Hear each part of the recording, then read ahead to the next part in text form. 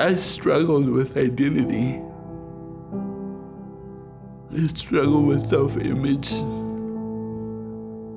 You know, people started to stare at me, and I was being looked at, laughed at, ridiculed. And I was so self-conscious of the way that I looked that I didn't want to be seen in public.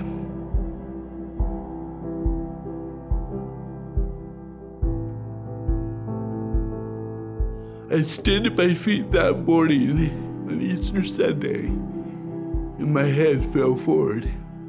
So far forward that my chin was touching my chest. And for whatever reason, I can't lift it up on my own strength. And 2.5 months later, I was diagnosed with a disease called torsional dystonia, the twisting of your torso.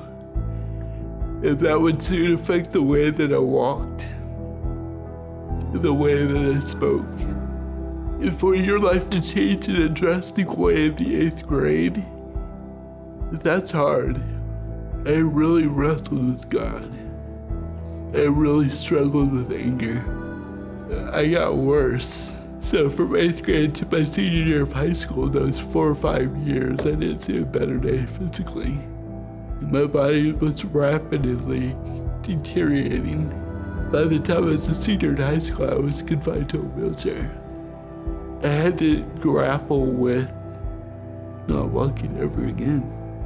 My mom was planning my memorial service at one point, and God said, I'm not done with him.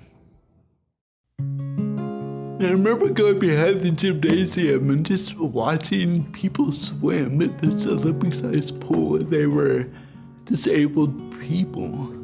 Until they strapped a life vest on me and put me on my back and floated me like floating, lifeless but living life, if that makes sense. And so after 6 months, I started to move my limbs a little bit. And then they stood me up in the water and they started to move my legs and I started to walk in the water. And one thing led to another. And I started to walk. I felt like I got a second wind. And I started to pursue dreams. One of them was going to college. So I graduated from Azusa Pacific University, and I started speaking up in Hume and doing those breakout sessions. And that's what I loved. And I was encouraged through friends to pursue that means. And I thought they were jokesters. How in the world am I going to sustain a livelihood doing gigs from one place to the other? They kept reiterating, well, how big is your God? And I started speaking from faith that this is what God called me to do. I feel like God wants me to communicate through sharing my story, and His Spirit will do the rest. That if I have the opportunity and the blessing to share this story, that is, by the way, a miracle, maybe people can see a light of hope in the midst of that for their own souls. He uses the weak, and that's my life verse, 1 Corinthians 1:27-29. God chooses the foolish things, the weak things, the despised things, the lowly things, so that we don't have room to boast. And He chooses the things that we don't think are gonna amount to anything.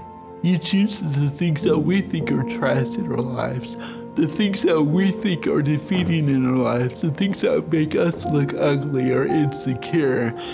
That's exactly where He shows up.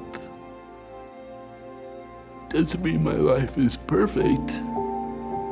There's still struggles that come and go. I still wrestle with the remnants of being trapped in a body that's disabled still to this day. And I'm grateful that He's chosen somebody who doesn't look the part of a speaker, doesn't have bling bling like a speaker, or drive a fancy car like a speaker, or even talks like a speaker. I don't look the part. But I think that that's beautiful because I'm not supposed to.